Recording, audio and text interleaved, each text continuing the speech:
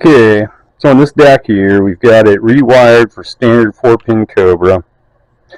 Tested it out, got modulation, RF power out, audio, it receives.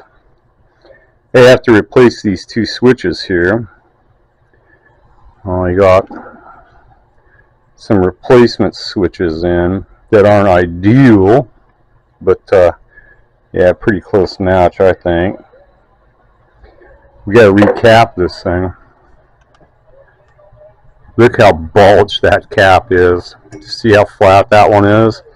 That one's bulged a little, but that one's ready to blow, man.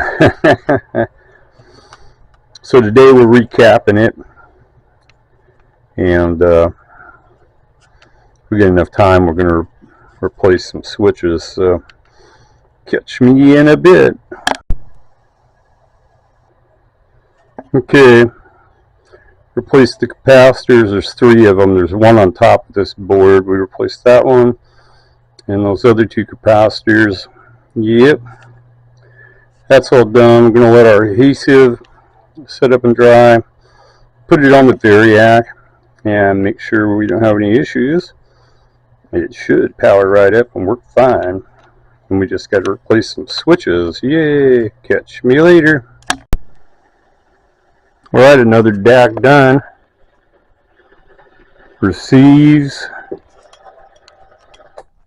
audio. Transmits. We're pegging that.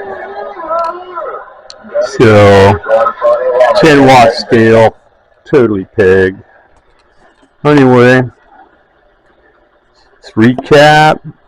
New switches, replacing the broken ones. Everything's working. Wired for standard 4-pin Cobra now. Yeah, buddy. Thanks for watching my videos, everyone. Catch you later. Psychotech Labs signing off.